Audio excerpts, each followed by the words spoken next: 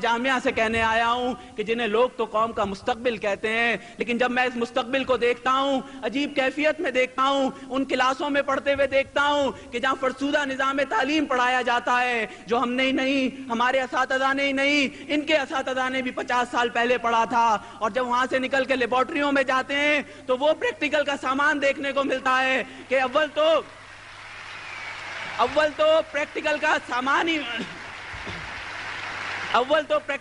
سامان ہی موجود نہیں ہوتا، اور سامان ہوتا ہے تو وہ سامان کہ جس سے بابا قوم قائد اعظم اور علامہ اقبال کے دور کے لوگ مستفید ہوئے تھے، اور وہاں سے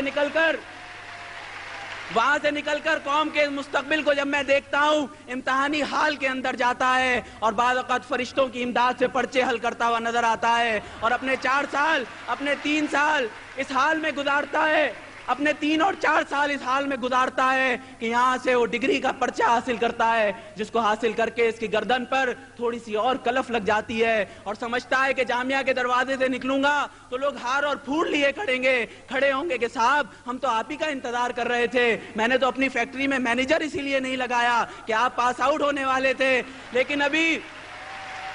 ابھی جامعہ کے دروازے سے 2 قدم باہر نکلتا ہے کہ وہ چاند اور تارے کہ جو رات کو نظر آتے ہیں وہ اسے دن میں بھی نظر آنے لگتے ہیں۔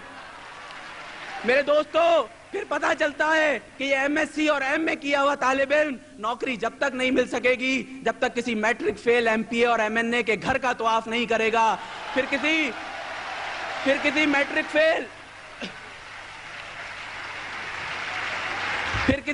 فیل ایم پی اے کے گھر پہ جا کے گھنٹی بجاتا ہے، پہلے تو اس کا کتا دوڑ کے نکلتا ہے، جب اس کتے سے نجات ملتی ہے تو پھر چوکیدار نکلتا ہے، پوچھتا ہے کہ کیا کام ہے، جواب ملتا ہے کہ صاحب سے ملنا ہے، پتہ چلتا ہے کہ صاحب تو غسل خانے میں ہے، اس نوجوان کی عمر ختم ہو جاتی ہے، صاحب کا غسل ختم ہونے میں نہیں آتا، اور میرے دوستو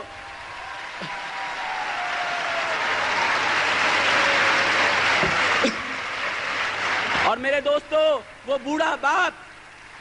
باپ کہ جس کی کمر جھک رہی تھی اور اس انتظار میں تھا کہ میرا یہ نوجوان بیٹا آئے گا تو میری لاٹھی کی جگہ لے لے گا، میرا سہارا بن جائے گا، انتظار کرتے کرتے اس بوڑھے باپ کی کمر زمین سے لگ جاتی ہے، اس کا نوجوان بیٹا لوٹ کر نہیں آتا، اس کی وہ بہنیں کہ جو مستقبل کے سہانے خواب دیکھتی تھی کہ میرا جوان بھائی جب نوکری حاصل کر کے آئے گا تو میرے جہیز کا سامان تیار ہوگا، اس جہیز کے سونے کے انتظار میں اس بہن کے بالوں میں چاندی کے تار جھلملانے لگتے ہیں، اس کا جوان بھائی لوٹ کر نہیں آتا، اور وہ ماں کہ جو مسلح پر بیٹھ کر روز دعائیں کرتی تھی کہ میرا جوان بیٹا آئے گا تو میرا سہارا بنے گا، وہ اس کی راہ تکتے تکتے اس کی آنکھیں پتھرا جاتی ہیں، آنکھوں میں موتیا اتر آتا ہے، لیکن اس کا جوان بیٹا لوٹ کر نہیں آتا۔ میرے دوستو، میں تو آج آپ سے یہ جامعہ سے کہنے آیا ہوں کہ جنہیں لوگ تو قوم کا مستقبل کہتے ہیں، لیکن جب میں اس مستقبل کو دیکھتا ہوں، عجیب کیفیت میں دیکھتا ہوں، ان کلاسوں میں پڑھتے ہوئے دیکھتا ہوں کہ جہاں فرسودہ نظام تعلیم پڑھایا جاتا ہے، جو ہم نے ہی نہیں، ہمارے اساتذہ نے ہی نہیں، ان کے اساتذہ نے بھی 50 سال پہلے پڑھا تھا، اور جب وہاں سے نکل کے لیبارٹریوں میں جاتے ہیں تو وہ پریکٹیکل کا سامان دیکھنے کو ملتا ہے کہ اول تو پریکٹیکل کا سامان ہی موجود نہیں ہوتا، اور سامان ہوتا ہے تو وہ سامان کہ جس سے بابا قوم قائد اعظم اور علامہ اقبال کے دور کے لوگ مستفید ہوئے تھے، اور وہاں سے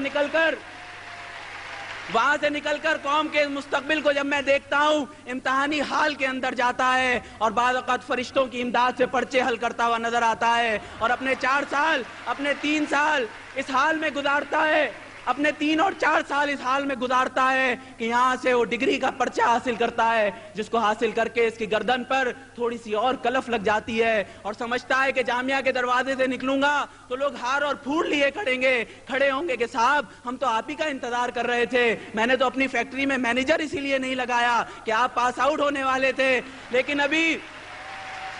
ابھی جامعہ کے دروازے سے 2 قدم باہر نکلتا ہے کہ وہ چاند اور تارے کہ جو رات کو نظر آتے ہیں وہ اسے دن میں بھی نظر آنے لگتے ہیں۔ میرے دوستو، پھر پتہ چلتا ہے کہ یہ ایم ایس سی اور ایم اے کیا ہوا طالب علم نوکری جب تک نہیں مل سکے گی جب تک کسی میٹرک فیل ایم پی اے اور ایم این اے کے گھر کا طواف نہیں کرے گا، پھر کسی میٹرک فیل پھر کسی میٹرک فیل ایم پی اے کے گھر پہ جا کے گھنٹی بجاتا ہے، پہلے تو اس کا کتا دوڑ کے نکلتا ہے، جب اس کتے سے نجات ملتی ہے تو پھر چوکیدار نکلتا ہے، پوچھتا ہے کہ کیا کام ہے، جواب ملتا ہے کہ صاحب سے ملنا ہے، پتہ چلتا ہے کہ صاحب تو غسل خانے میں ہے۔ اس نوجوان کی عمر ختم ہو جاتی ہے، صاحب کا غسل ختم ہونے میں نہیں آتا۔ اور میرے دوستو،